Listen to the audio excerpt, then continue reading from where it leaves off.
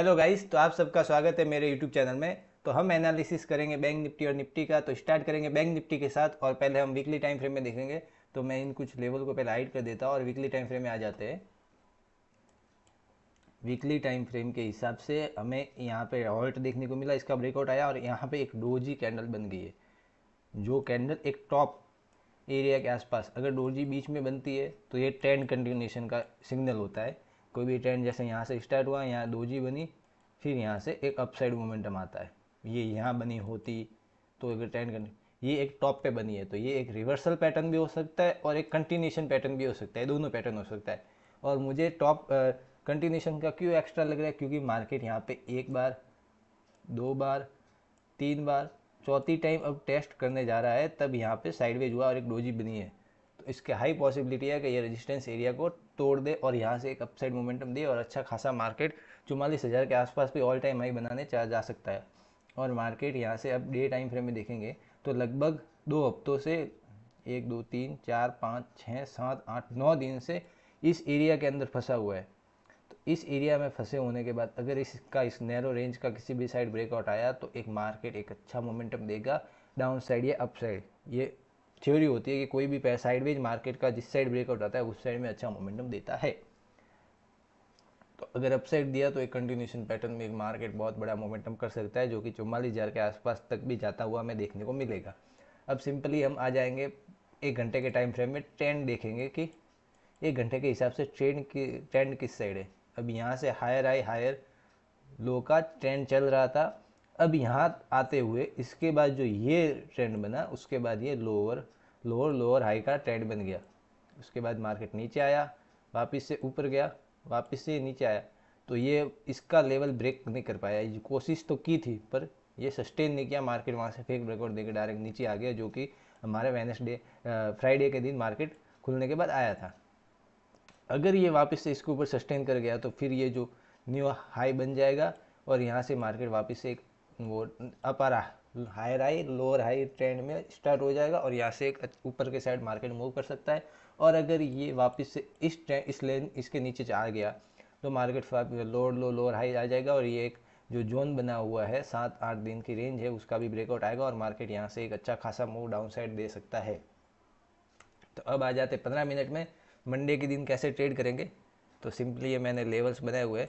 ये जो trend line इतने दिन से फॉलो हो रही थी, ये ब्रेकआउट आया, फिर ब्रेकआउट हुआ, डाउन साइड आ गया और इसी ट्रेंड लाइन के बीच में आके अब फंसा हुआ है और क्लोजिंग भी इसके पास हुआ है। अब मैं आपको बता दूं, एचजीएक्स निफ्टी के हिसाब से हम 100 पॉइंट गैप अप खुलने वाला है, ये सुबह बदलता रहेगा और मार्केट मतलब प्री ओपनिंग तक ये अप डाउन होता रहता है। तो उस हिसाब से एक पॉसिबिलिटी है कि गैप अप खुल सकता है। और ये जो लास्ट में मूवमेंट आया इस हिसाब से भी पॉसिबिलिटी है कि मार्केट यहाँ से थोड़ा सा गैप अप भी खुल सकता है और साइडवेज भी खुल सकता है। तो अगर इस ट्रेंड लाइन के बीच खुला, इस एरिया के बीच, ये एरिया के बीच खुला अगर, और इस ट्रेंड लाइन के बीच खुलने के बाद किसी भी साइड ब्रेकआउट आया, अगर इस ट्रेंड लाइन का ब्रेकआउट आते अगर 5-10 मिनट यहाँ रुकने के बाद इसका ब्रेकआउट आता है तो हम एंट्री ले सकते हैं और यहाँ से हम एक क्विक टारगेट ले सकते हैं जो कि 41,474 रुपये के आसपास का। अगर इसके ऊपर 15 मिनट या 5 मिनट की भी अगर क्लोजिंग मिलती है तो हम वहाँ से एक इसको आगे ट्रेड कर सकते हैं और हमारा टारगेट बन जाएगा 41,670 रुपये के आसपास। इसके बाद इसके ऊपर हमें 15 मिनट की क्लोजिंग मिलनी चाहिए। अगर 15 मिनट की क्लोजिंग इसके ऊपर मिली तो यहाँ से 41,834 भी और 42,000 के आसपास भी जाते हुए देखने को मिल जाएगा। किस लिए? क्योंकि मार्केट बहुत दिन से रेंज में फंसा हुआ है। अगर किसी भी साइड ब्रेकआउट आया तो उस साइड पे एक पूरा दिन मार्केट ट्रेंडिंग रह सकता है। वो किस हिसाब से पता चलेगा? अगर मार्केट खुलते ही स्लो एंड स्टडी ऊपर जाना स्टार्ट कर दे, मतलब मार्केट धीरे धीरे धीरे धीरे धीरे ऊपर जा रहा है, तो मार्केट एक पूरा दिन ट्रेंडिंग रह सकता है 1-2 बजे तक। और अगर मार्केट इस तरह की कैंडल बनाता है जो कि ये कैंडल बनाई है, तो मार्केट में फिर आप 15 मिनट की ब्रेकआउट के बाद ही एंट्री सोचना या फिर एक थोड़ा साइडवेज होने के बाद, क्योंकि मार्केट जब ऐसा मोमेंटम देता है तब वो मोमेंटम 10-11 बजे तक आने के बाद वापस से रिवर्सल हो जाता है या फिर फेक ब्रेकआउट निकल जाता है। कैसे कि ये मतलब यहाँ खुलेगा, खुलते ही ऐसे मोमेंटम आएगा और यहाँ से फिर वापस से रिवर्स करना स्टार्ट कर देगा। तो किस हिसाब से मूड ने बनाया उस हिसाब से ट्रेड लेना। और अगर इस रेंज के अंदर खुलने के बाद डाउनफॉल हो गया तो अगर डाउनफॉल आता है इसके नीचे हम ट्रेड नहीं लेंगे ये ट्रेंड लाइन के ब्रेक होने पे, क्योंकि यहाँ पे एक सपोर्ट है डायरेक्ट नीचे आते ही। आप यहाँ पे ट्रेड करोगे, यहाँ से सपोर्ट लेके वापस से घूम भी सकता है। तो सिंपली हम इस जोन का वेट करेंगे, इस जोन जो बना है इसके नीचे 15 मिनट की कैंडल क्लोज का वेट करेंगे, क्योंकि सेलिंग के लिए बहुत सारे सपोर्ट है। तो मार्केट अगर इसके नीचे 15 मिनट की कैंडल क्लोज मिलती है तब हम एक टारगेट ये ले लेंगे जो कि 40,871 रुपये के आसपास का है। इस जोन के नीचे अगर 15 मिनट की क्लोजिंग आ गई तो मार्केट डाउन ट्रेंड में आ जाएगा और यहाँ से मार्केट फिर एक बड़ा फॉल भी देखने को मिल जाएगा 3-4 दिन के लिए, और मार्केट एक lower low lower high form में भी आ जाएगा। अब गैप अप और गैप डाउन में क्या करेंगे? सिंपली गैप अप और गैप डाउन खुल गया तो ये दोनों ट्रेंड लाइन का कोई इंपॉर्टेंस नहीं रहेगा। फिर हम गैप अप खुलने पे क्या करेंगे? सिंपली अगर गैप अप खुलता है इस एरिया के आसपास या इसके ऊपर खुलता है तो हम एक पहले अगर इस एरिया के आसपास खुलता है और हमें 70 से 80 पॉइंट की कोई भी 5 मिनट की ग्रीन कैंडल मिलती है अच्छी रिजेक्शन वाली या एक बुलिश कैंडल, तो हमें उसके ब्रेकआउट पे ट्रेड ले सकते हैं और हमारा टारगेट बन जाएगा। पहला टारगेट 41,670 रुपये के आसपास का, इसके ऊपर निकल रहा है तो 41,834, और इसके ऊपर भी स्लो एंड स्टडी अगर जा रहा है तो फिर हम 42,000 तक हमारा फाइनल टारगेट भी रख सकते हैं। और अगर बहुत बड़ी ग्रीन कैंडल बन जाती है गैप अप खोलने के बाद तो हम सिंपली वेट करेंगे एक पुल बैक का। अगर मार्केट का पुल बैक ऊपर जाने के बाद स्लो एंड स्टडी नीचे आ रहा है और किसी सपोर्ट एरिया के पास एक वापस से जब ग्रीन कैंडल बनेगी तब हम एंट्री लेंगे और हमारा टारगेट बनेगा ये पहला टारगेट ये, सेकंड टारगेट ये, थर्ड टारगेट ये। इस हिसाब से हम एंट्री ले मार्केट को ट्राई करते चलेंगे। बहुत बड़ा गैप अप खुल जाए तो मतलब 500-600 पॉइंट का, अगर ये बहुत ज़्यादा ऊपर चला जाता है और 500-600 पॉइंट के आसपास गैप अप खुल जाता है इस एरिया से भी ऊपर, तो हम सिंपली वेट करेंगे। अगर बड़ी ग्रीन कैंडल बन जाती है इस तरह की तो हम एंट्री नहीं लेंगे। उस दिन मार्केट पूरा साइडवेज हो सकता है या फिर एक सेलिंग मोमेंटम भी देखने को मिल सकता है। वो कब देखने को मिला? अगर पहली 15 मिनट की कैंडल रेड बन जाए और उसके नीचे ट्रेड करना स्टार्ट करे तो मार्केट वहाँ से फिर प्राइस एक्शन बनाते हुए डाउन साइड आ सकता है, या फिर यहाँ पे एक मार्केट अप साइड जाए, यहाँ पे हॉल्ट करे 12-1 बजे तक और उसके बाद फिर डे लो ब्रेक करे। डे लो ब्रेक करने के बाद उसके नीचे कैंडल सस्टेन करते ही हम सेल कर सकते हैं और मार्केट वहाँ से एक अच्छा मोमेंटम डाउन साइड दे सकता है। ये दो पॉसिबिलिटी होगी। अब गैप डाउन खुलने पे क्या करें? अगर सिंपली गैप डाउन खुला इस एरिया के आसपास खुला तो यहाँ पे देखना अगर ग्रीन कैंडल इस तरह से बन रही है तो मार्केट वापस से एक अपसाइड मोमेंटम दे सकता है, इस एरिया के आसपास तक आ सकता है। और अगर यहाँ गैप डाउन खुलना है तो इस एरिया के आसपास भी चेक करना, अगर कोई भी सपोर्ट एरिया के आसपास ग्रीन कैंडल बन रही है तो वापस से गैप फिल या उसके ऊपर प्राइस एक्शन तक हम ट्रेड ले सकते हैं।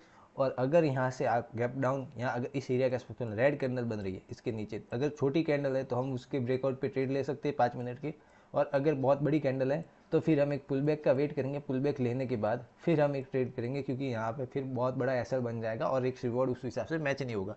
अगर बड़ी 100-150 पॉइंट की कैंडल बन जाती है 150 पॉइंट की, तो फिर हम उसके बाद हमें एक 100 पॉइंट का मोमेंटम मिलेगा, तो वो रिस्क रिवॉर्ड मायने नहीं रखता है, इतना ज़्यादा अच्छा रिस्क रिवॉर्ड नहीं होता है। उसके लिए फिर कम से कम 1:2 आपको रिस्क रिवॉर्ड रखना चाहिए या 1:5 का। उससे छोटा मार्केट में रिस्क रिवॉर्ड मिले तो ऑप्शन बायर के लिए वो रिस्क रिवॉर्ड अच्छा नहीं होता है।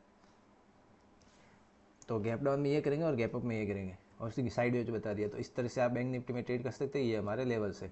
अब आ जाते हैं निफ्टी की तरफ। निफ्टी वीकली टाइम फ्रेम में खोलते हैं, ये मैं हाइड कर देता हूँ। निफ्टी वीकली टाइम फ्रेम में बहुत ज़्यादा स्ट्रॉन्ग दिख रहा है, क्योंकि निफ्टी में continuously market upside move दे रहा है और गैप अप दे रहा है। ये मार्केट के जो वीकली टाइम फ्रेम में गैप फिल नहीं हुए, अगर यहाँ से भी गैप मिला और मार्केट यहाँ से कंटिन्यूशन करेगा तो ये वीकली टाइम फ्रेम में भी गैप देखने को हमें बहुत ज़्यादा देखने को मिल रहा है, और जो कि फिल भी नहीं हो रहे, मार्केट सस्टेन कर रहा है। तो ये मार्केट का इंडिकेशन है कि बहुत ज़्यादा मार्केट बुलिश है अभी के लिए। अब आ जाते हैं डेली टाइम फ्रेम में। मार्केट खुला, यहाँ से थोड़े छोटे छोटे पुल बैक लेते चल रहा है, यहाँ से वापस से एक छोटा सा पुल बैक लिया, वापस से एक अपसाइड जा रहा है। अगर इसके ऊपर निकला तो मार्केट वापस से एक 18,400 से 350 के लेवल तक आसपास जा सकता है। फिर अगर वापस से पुल बैक लेके इस तरह से मोमेंटम देता हुआ अपसाइड जा सकता है। तो अब सिंपली 1 घंटे के टाइम फ्रेम में ट्रेंड देखेंगे तो वो तो अभी हायर हाई हायर लो का चल रहा है।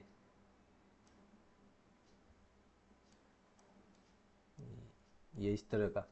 अब निफ्टी में कैसे ट्रेड करेंगे तो उसके लिए हम 15 मिनट में आ जाते हैं। निफ्टी थोड़ा सा रेंज बड़ी है तो निफ्टी के लिए ट्रेड करना थोड़ा मुश्किल होगा। अगर निफ्टी में इस रेंज के अंदर खुलता है तो हम सिंपली अगर इस रेंज के अंदर इस एरिया के आसपास खुलता है साइड वेज, इस एरिया के आसपास खुलता है अगर, और फिर अगर डे हाई ब्रेक करता है तो हम खुलते ही एंट्री ले सकते हैं और एक क्विक मोमेंटम में टारगेट लेंगे 18,176 रुपये के आसपास का।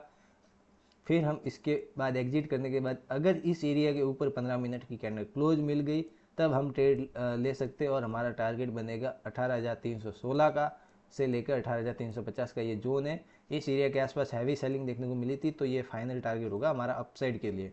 और मार्केट 1 2 3 और 4 दिन से इस रेंज के अंदर है तो मार्केट यहाँ से पॉसिबिलिटी है कि एक 100-150 पॉइंट एक ट्रेंडिंग मार्केट देखने को मिल सकता है।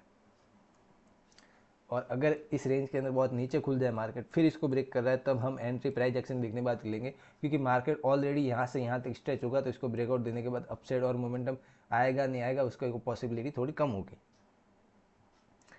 और अगर इस रेंज के अंदर खुलने के बाद डाउन साइड ब्रेक दे देता है, अगर यहाँ से अगर डाउन साइड आ रहा है तो अब ये सपोर्ट एरिया के आसपास सपोर्ट लेगा और यहाँ से वापस से बाउंस बैक कर सकता है, तो वो थोड़ा सा ध्यान रख के शॉर्ट करने की कोशिश करना। अगर ये थोड़ा सा गैप डाउन खुल रहा है इस रेंज के अंदर तो यहाँ से अगर इसके नीचे कैंडल निकल रही है तो हमें यहाँ पे एक पहला टारगेट ये मिल जाएगा 17,967 रुपये के आसपास। इसके नीचे अगर 15 मिनट की कैंडल क्लोज मिली तो हमारा टारगेट बन जाएगा 17,909 का। इसके नीचे निकल रहा है तो ये गैप फिल होता हुआ देखने को मिलेगा जो कि 17,833 का लेवल है। तो ये लेवल्स हमें डाउन साइड के लिए है। तो ये बड़ी रेंज बनी हुई है निफ्टी में और इस रेंज के बीच में ट्रेड मत लेना, क्योंकि मार्केट इस रेंज के अंदर बहुत ज़्यादा वॉलेटाइल हुआ है। यहाँ पे भी रेजिस्टेंस एरिया है, ये रेजिस्टेंस एरिया और यहाँ पे सपोर्ट एरिया है, ये सब सपोर्ट एरिया है। तो मार्केट यहाँ आएगा, सपोर्ट ले सकता है, वापस ऊपर जा सकता है, वापस कहीं से रेजिस्टेंस लेकर नीचे आ सकता है। तो इस एरिया में बहुत ज़्यादा वॉलेटिलिटी हो सकती है। तो इस वजह से इस एरिया के अंदर ट्रेड लेना थोड़ा अवॉइड करना। इस रेंज के बाहर निकले तो ट्रेड ले सकते हो या फिर इस रेंज के डाउन साइड के लिए ट्रेड ले सकते हो। अब बड़ा गैप अप और गैप डाउन में क्या करें, सिंपली अगर देखना गैप अप इस एरिया के ऊपर छोटा सा गैप अप दिख रहा है और 5 मिनट की ग्रीन कैंडल दिख रही है बैंक निफ्टी जैसे, एक ट्रेड ले सकते हो अपसाइड के लिए। और अगर बाई चांस बड़ा गैप अप खुल रहा है जो इस रेंज के बीच खुल रहा है, तो अगर इस रेंज के बीच गैप अप खुलने के बाद अगर वापस से अपसाइड जा रहा है तो इस एरिया के आसपास आने के बाद अगर या तो डबल टॉप देखने को मिले, डबल टॉप का नेकलाइन जब ब्रेक हो तब शॉर्ट कर देना, या फिर एक दिन का लो ब्रेक हो तब भी शॉर्ट कर सकते हो। ये दो पॉसिबिलिटी में आप शॉर्ट कर सकते हो डबल टॉप बनने पे अगर अपसाइड जाके फिर बन रहा है तो। और बाकी अगर ये गैप अप खुलने के बाद डाउन साइड आ जा रहा है, एक 15 मिनट की रेड कैंडल बन जाती है तो उसके आप लो ब्रेक होते ही शॉर्ट कर सकते हो छोटा एसएल मिलने पे, और डील गैप फिल तक का टारगेट होगा, उसके बाद फिर प्राइस एक्शन देखने के बाद ट्रेड कर सकते हैं। गैप डाउन खुलने पे क्या खुल कर दे, अगर गैप डाउन खुल रहा है तो हम सिंपली खुलते ही अगर शॉर्ट नहीं करेंगे, पहले हम वेट करेंगे। अगर थोड़ा सा गैप डाउन खुल के एक पुल बैक आए, पुल बैक आने के बाद फिर वापस से ब्रेक कर रहा है तब हम शॉर्ट एंट्री देख सकते हैं और मार्केट एक डाउन साइड मोमेंटम दे सकता है। अगर खुलने के बाद अगर वापस से अपसाइड जा रहा है मोमेंटम, जो कि ये आज को इस दिन परसों देखने को मिला था एक्सपायरी के दिन, तो मार्केट यहाँ से वापस से एक अपसाइड मोमेंटम देखने को मिल जाएगा और यह गैप फिल देखने को भी मिल सकता है। तो इस हिसाब से ट्रेड लेना। निफ्टी बैंक निफ्टी में बाइंग के लिए अगर साइडवेज खुल के अपसाइड मोमेंटम दे रहा है और ये लेवल ब्रेक कर रहा है निफ्टी में, तो निफ्टी थोड़ा ज़्यादा रहेगा बुलिश मार्केट, क्योंकि यहाँ से इसके पास में ही है ब्रेकआउट देना लेवल का और वहाँ से मोमेंटम दे सकता है। और अगर थोड़ा गैप अप खुल जाता है तो बैंक निफ्टी में ट्रेड करने की कोशिश करना, क्योंकि जब ये गैप अप खुलने के बाद इस एरिया को ब्रेकआउट देगा तो मार्केट एक बहुत अच्छा मोमेंटम देगा बैंक निफ्टी के लिए। तो ये था निफ्टी बैंक निफ्टी का एनालिसिस। अगर वीडियो पसंद आए तो वीडियो को लाइक कर देना, चैनल को सब्सक्राइब कर देना और डेली एनालिसिस के लिए